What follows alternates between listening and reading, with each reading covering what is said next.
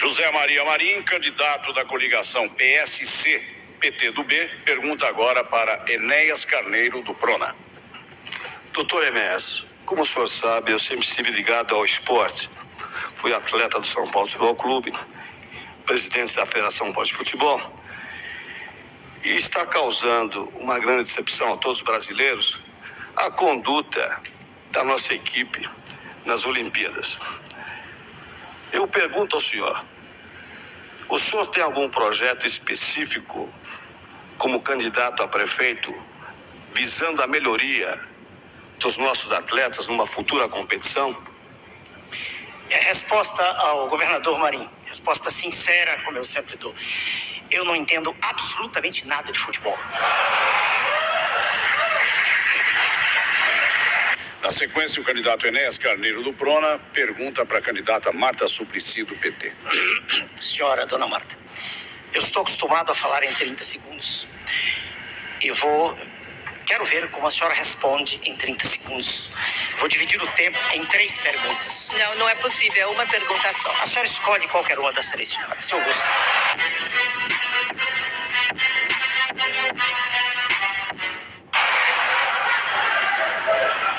Posso falar?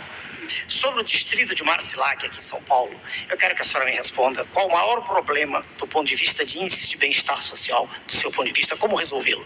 A senhora escolhe sobre a potamografia de São Paulo, os problemas dela decorrentes para o município, qual a solução que a senhora propõe? Eu não estou sorrindo, dona Marta, estou lhe perguntando. A terceira é uma pergunta bem simples, se a senhora souber. Por favor. Qual é a composição, senhora, do ar atmosférico de São Paulo? Primeira coisa, eu queria me referir ao que foi dito do presidente de honra do meu partido, e que há vários anos acho que o senhor vem com essa história que o meu presidente se porta desse jeito. E eu queria dizer que esse documento é um documento que saiu no New York Times e saiu com centenas de assinaturas de prêmios Nobel, inclusive, pessoas muito importantes que estudam essa questão. Não tem nada a ver com legalismo.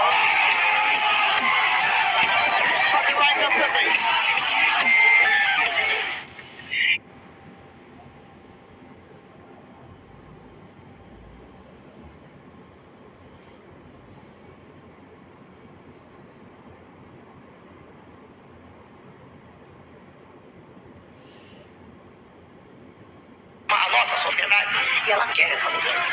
É essa pessoa que aperta a minha mão.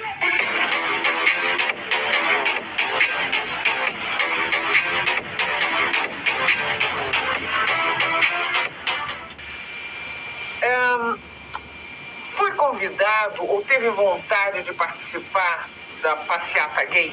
Não, senhora, não tive vontade, não fui convidado e se tivesse sido convidado não iria. Meu Deus do céu, o que é isso? Por que não? Porque eu discordo radicalmente disso que vem sendo feito e tenho razões que vem sendo feito. Isso. Esse enaltecimento de uma característica de certas pessoas que tem que ser respeitada, mas que não tem que ser aplaudida. Uma coisa, veja só, que eu tenho a menor preocupação em ter votos ou não desses senhores. Já disse isso em cadeia nacional de rádio. Senhores e senhoras? Sim, eu generalizei. Senhores é plural. Então, bom, senhores, tá certo, tá certo. Em alemão seria senhoras. O cara era muito crânio, O cara humilhava jornalista do mais alto nível, não tinha pra ele. E uma coisa que ele vai falar nessa entrevista aí agora, que eu achei, assim, uma prova cabal, né? Ele diz que não aprendeu vendo vídeos, alguma coisa assim, ele aprendeu estudando. Olha isso. O comportamento homossexual masculino ou feminino fere as leis da natureza. Ele é uma variante, como tantas outras há do normal, variante, mas é uma variante espúria. A natureza fez homem e mulher para procriarem. Eu costumo fazer essa pergunta sempre ao vivo em televisão, quando me perguntam. O comportamento homossexual masculino ou feminino fere as leis da natureza, é o que ele dizia. Então, se isso for estimulado a um ponto em que a maioria da população se torne homossexual, eu pergunto, quanto tempo durará a espécie humana? Ao que eu saiba, homens e homens, ou mulheres e mulheres não procriam.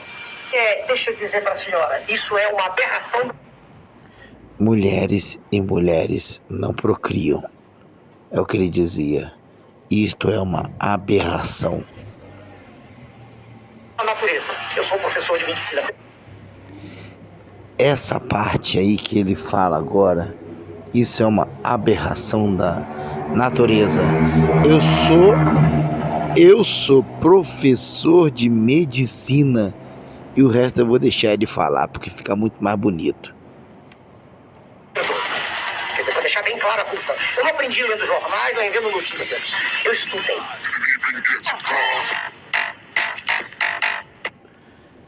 O cara era, pelo amor de Deus, hein? Aí vocês acham que um cara desse aí, eles iam deixar vivo? Um cara que ameaça todo um sistema.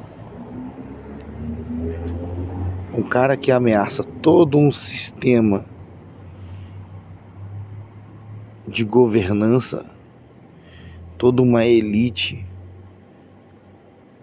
simplesmente com suas falas consegue desbancar tudo. Um cara desse, eles jamais deixariam continuar vivo.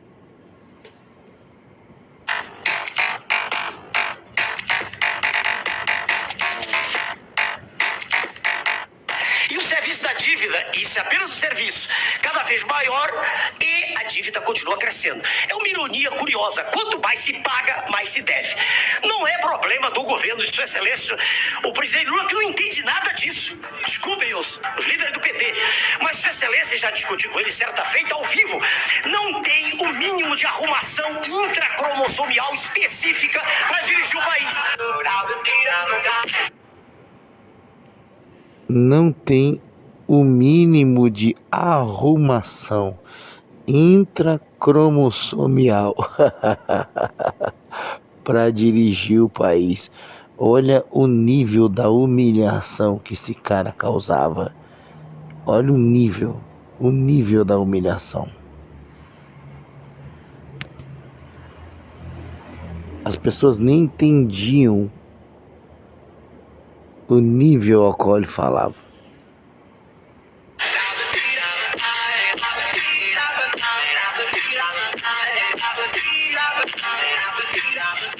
E vamos agora a uma indagação do jornalista Teodomiro Braga, do Jornal do Brasil. Vamos ouvir o Teodomiro. A minha pergunta é para o candidato Enéas Carneiro. E vamos agora a uma indagação do jornalista Teodomiro Braga, do Jornal do Brasil. A minha pergunta é para o candidato Enéas Carneiro. Essa figura exótica que aparece na vida política do país de 4 em 4 anos como um meteoro eleitoral. Enéas, o senhor tem... Aí eu faço um parêntese aqui para comparar com o que faziam com Jesus, né? Sempre apareceram aqueles caras, né? Por isso eram chamados de escribas e fariseus, né? Os doutores da lei. Não é porque eles eram inteligentes, não. É porque de tanto eles transcreverem e terem que escrever a lei, eles acabavam sendo obrigados a gravar tudo aquilo na cabeça deles. E aí, com aquela sabedoria de rodapé, eles tentavam inquirir Jesus e tomavam na jaca, tomavam na cabeça sempre. Jesus humilhava todos eles, sempre, sempre. defendido posições autoritárias, como o centralismo e o Estado forte. E uma das coisas que eu vejo assim, né, fazendo um paralelo, né, não estou dizendo de forma alguma que Enéas era uma versão de Jesus Cristo, jamais foi, mas ele foi um homem que ele tentou combater um tipo de mal, né, no sistema político brasileiro. E a gente pode perceber que publicamente as pessoas tentavam colocar ele como maluco, como doido, né? Até porque o nível ao qual ele falava, o nível do conhecimento dele, nem permitia direito que os perguntados, aqueles que estavam sendo inquiridos por ele, compreendessem totalmente aquilo que ele estava falando, devido ao nível de burrice coletiva que o cercava. A verdade é essa. Então era mais fácil o quê? Vamos colocar esse cara como doido. Ele é doido, ninguém entende o que ele fala e para nós é mais fácil. E vamos levando assim. O senhor tem demonstrado preconceito contra os que não têm diploma, contra os que não têm curso superior, como mostrou no debate passado ao atacar Lula por não ter curso superior. O senhor tem defendido posições ultranacionalistas. O senhor grita como um alucinado. Diante disso tudo, eu pergunto. João Batista também gritava como um alucinado, né? Fazendo um paralelo aqui com a palavra. E Jesus, não foi nenhum outro não. Jesus falou que de mulher, nascido de mulher. E olha que Jesus foi nascido de mulher, tá? Mas Jesus disse a respeito de João Batista que de mulher, nascido de mulher, não houve nenhum homem maior que João Batista.